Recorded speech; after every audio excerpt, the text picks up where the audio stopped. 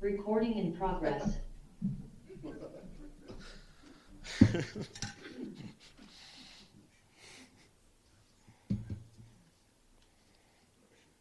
I love that. Oh, are we back in our bodies? I always do this to myself. It's okay. It's a good doing. How was that for you? Did anybody have an affirmation you wanted to share? You don't have to. You are abundant. Very much. Yes. I embody truth. I embody truth. Very true. Very, very true. What about you, Luca? What was your affirmation? I am hiding.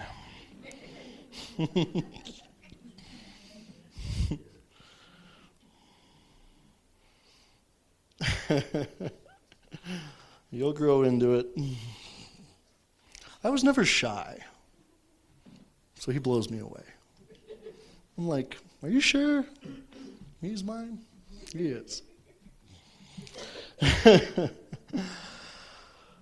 Oh, that feels really good. All right. So we're talking about wisdom today. And it's amazing how these topics and all the elements of the talk and the Sunday celebration come together. Can we just give Annie a hand? She is just, it was no small deed. You do it very well. And Mary, thank you for playing piano. Jodine, everyone. Juliet.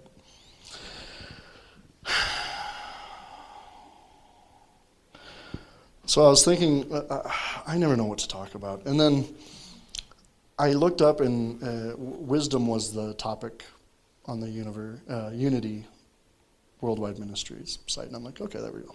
Wisdom. That's an easy thing to talk about, right? Wisdom is very tricky. It's very elusive. It's very simple, yet complex. It shows up in many different ways. So do you ever wake up and go, today I'm going to seek out some wisdom with intention? That's your first thing? How many of does anybody do that? Have you ever done that one day in your life? Al, I believe you. I believe you would do that. It's, sometimes we go looking for answers in our day-to-day, but maybe we don't think of it as wisdom. Wisdom, it comes to us in a variety of different ways. We can seek it intentionally. We can receive it spontaneously. But one thing is for certain, we are in right alignment to receive whatever wisdom we are meant to receive in that moment. And that's what makes it really kind of tricky, because it's something you can seek out, but it also just comes to you naturally, which tells you a lot about wisdom, is that it's a gift that lives in here. Even though everything out here brings it to us, everything out here catalyzes it. You might catalyze it for me one day, or a walk in the forest might catalyze it for me one day and bring it to me. Get me into the space in which I can receive it. So it's interesting. But then wisdom is also simple. It's very simple. It's like love. Love is tricky. Love is complex. Love shows up in different ways for different people. But it's also very simple. And those two things live in us, wisdom and love, for sure. What if you had to seek out wisdom every day? Go with me on this. What if you had a rocket ship in your possession and you had to find fuel for it every day? Every day you had to get some fuel so that you could launch into space, finally. What if you had to go out and seek out that wisdom? Would you know what you were looking for? Would you know what it looked like if you saw it? Yeah. I think a lot of times we do. I think sometimes it doesn't hit us right away that this is a piece of wisdom. Put that in my, my fuel storage for my rocket ship. But a lot of times, it just comes to us and it just kind of sits with us. And then somewhere down the line, we look back and we say, I received some wisdom in that moment. And maybe we didn't recognize it in that moment. But you recognized it somewhere down the line. So sources of wisdom. Sources of wisdom, everything is a source of wisdom. Children are a source of wisdom. Elders are a source of wisdom. People, places, things. Experiences.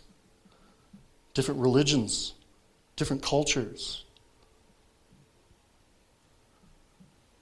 And kind of our task in gathering our rocket fuel is being able to extrapolate wisdom from whatever we encounter. Isn't that kind of the key? Isn't that kind of the thing that we need to do? And we do, because it's in here. He might do something or say something or be something that pulls it out of here and into here so that I can be aware of it. And that's a beautiful thing.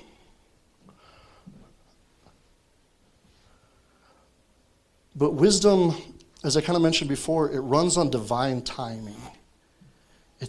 You can wake up that day and be like, I got to seek out some wisdom. This is on my heart. I need some wisdom around this subject. You can set that intention, and divine timing, it works differently than our schedule. Our timing is interesting in comparison to divine timing. So it comes to us in different ways, and the wisdom that I might receive at the age of 39 might be different than the wisdom that you received at the age of 39, because we're walking different paths. The wisdom I was meant to draw forth in a certain point of my life is going to look different than the wisdom that you have pulled at different points of your life. The wisdom that you're going to pull out tomorrow is going to look different than it was today. And it's kind of unique to all of us. And that's a beautiful thing, too. That allows us to kind of trust what comes. And we do know it when we see it because it resonates with us. It is a deep, deep understanding of self and understanding of life. Those two things. So it's kind of tricky because he has wisdom. He hasn't lived as long as I have. He hasn't experienced as much as I have. And he has wisdom. And he's experienced more than I have. So it's kind of hard to say that age plays a role in it. It does. It's kind of tricky like that. It does, but I can draw wisdom. He can inspire wisdom to come forth in me and remind me of my truth and my being. He can help me calibrate myself with my life, with self, and with the world around me, as can he. And that's something to think about. We can broaden our scope, and we can open up our receiver to, remember that everyone's a teacher.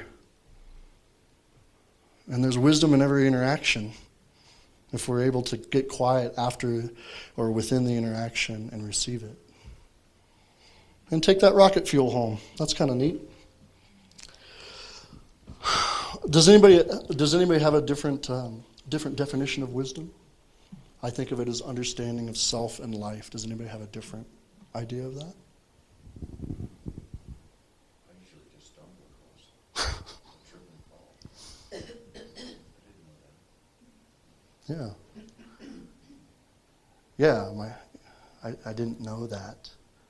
Well, maybe I saw some definitions of wisdom as deep understanding or knowing.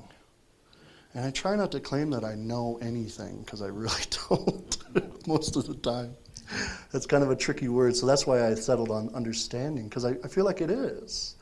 When you meet somebody who's wise, they are sitting in that space of understanding who they are, what this is. But it's also very ambiguous too, because do we know what all this is? It's the great mystery, this life. We can claim to have understanding of it, but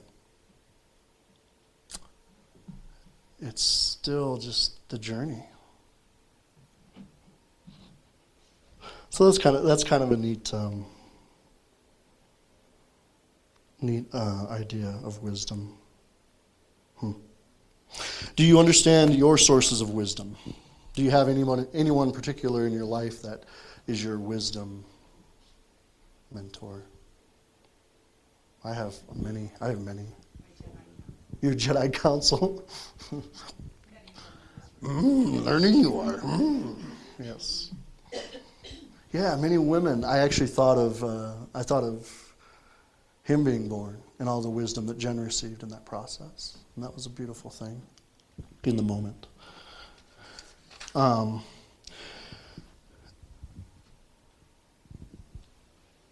So I want you to just go with me here on a little journey. I want you to imagine that you're Dorothy. Is anybody not familiar with the Wizard of Oz? Okay. Imagine that you're Dorothy. And you show up in Oz. And it's a beautiful, marvelous place. There's greenery and shininess and wonderful plant life and it's perfect temperature. And there's little people smiling at you, and you just took down a witch, and you feel pretty good. And so imagine you're Dorothy, and what does Dorothy want to do as soon as she gets to Oz? She wants to go home. She wants to go back to rural late 1800s Kansas, black and white. All she wants to do, she gets there, it's like getting off the plane in Fiji and being like, I just want to figure out how to get out of here. Like, really? That's her motive. Because Dorothy is like our inner child. You know, our inner child wants to be nurtured in that safe space, that space of knowing, space of being held and loved. You know, Auntie M and Aunt Harold. So anyways, Dorothy, it's so interesting. She's told to go see the wizard because the wizard can help, print her off a ticket and get her on, Southwest and get her home or whatever. And, but it's like, don't you want to just kind of saturate in this? You're in a mythical world of Oz. Don't you want to look around and experience? Don't you want to take a few months off and just backpack around and just take in some culture? Like, really? Rural Kansas? It must have been good. So she's told to go see the wizard. She starts off on her journey. Who's the first person that she meets? The Scarecrow. Scarecrow doesn't have any brains, so he claims. But I kind of see him as someone who struggles with self-worth. He's been comparing himself to other people. I don't know who. Crows? I mean, if it was ravens, I could see. Ravens are really smart. But crows, I don't know. I feel like he could keep up with crows. And then like other scarecrows, surely they're not making him feel less than. But anyways, he struggles with self-worth.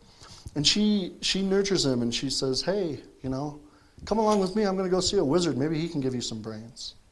So he's like, okay, here we go. We're off to see the wizard. The next person that they come across is the Tin Man. The Tin Man's missing a heart. And I was thinking about this as, self-love. He wants to give and he wants to receive love. He wants to be loved. But also, it seems like that's kind of that passion for life. Our heart. We meet people and we've been that person. We're doing the grind. We're tied down with responsibilities and schedules and demands and stress and anxiety, and as adults, and we forget to live with passion. We get so caught up in our rut, in our grind, and we forget that we can live excitedly with vitality and vigor. And so the Tin Man, he needs some oil. He's very, mechanical. He needs some oil. He needs that variety. He needs a spark. He needs some passion in his life. He wants to give and receive passion. So they're like, come join us. We're going to go see the wizard. The wizard's going to give you a heart. Okay. And then they're off to see the wizard, and they come across the Cowardly Lion. And how does the Cowardly Lion present himself initially? Very aggressive, very, very pretentious, very, I'm going to put on this face, this facade of toughness. And I'm going to growl and be menacing. And I'm going to scare off anything that tries to get too close. And we've all been there. We've all done that. But then, of course, that facade melts and his true self is shown. And he's scared. He's afraid. He's insecure. He fears the unknown, and he fears his own power. And he fears his potential. How many of you have been there? Yeah, very much. But we have people and experiences and places and different books and different stories to remind us of our power and our potential. And we've got to take that leap of faith eventually. And we do, and it's good. So they say, come on, Cowardly Lion, we're going to go see the wizard. And they continue onward, and they experience some contrast. The wicked witch presents herself or whatever. And they get to the Emerald City, and the wizard is very terrifying. It's kind of scary to take on that wisdom. It's kind of scary to receive that wisdom. But then the curtain is drawn back, and it's revealed to each of them that everything that they were seeking was inside of them the entire time. Dorothy can go home anytime she wants, because home is not rural Kansas. Home is here. The scarecrow can, can be an amazing person he's a worthy person. He just has to believe he is. The Tin Man can live with passion, can give and receive love. He just has to do it and remember that he can't. The Cowardly Lion just has to remember his power. All of those pieces live inside of us, including Dorothy, our inner child, including the wizard, because you are the wizard. You are the wisdom. The wisdom lives inside of you. And you nurture all these little pieces inside of you, and that is your path. And it unfolds in front of you. And it is golden. And it is good. And you can share that experience with others.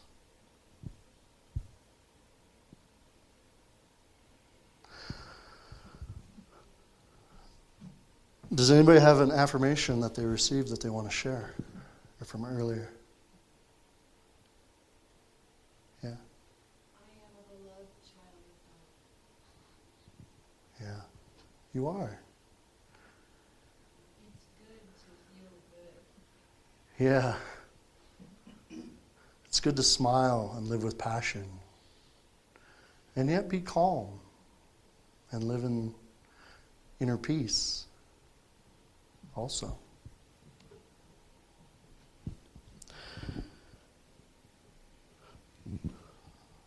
So I would ask you to just remember those pieces of you. And maybe one is sticking out to you right now. Remember to call forth your courage and step boldly to nurture your inner child. To stop comparing yourself to other people and realize you are enough because there's no other you. Never has been, never will be. And that's a beautiful thing. And click your heels and return home because there's no place like it. Thank you guys. I hope you enjoyed it.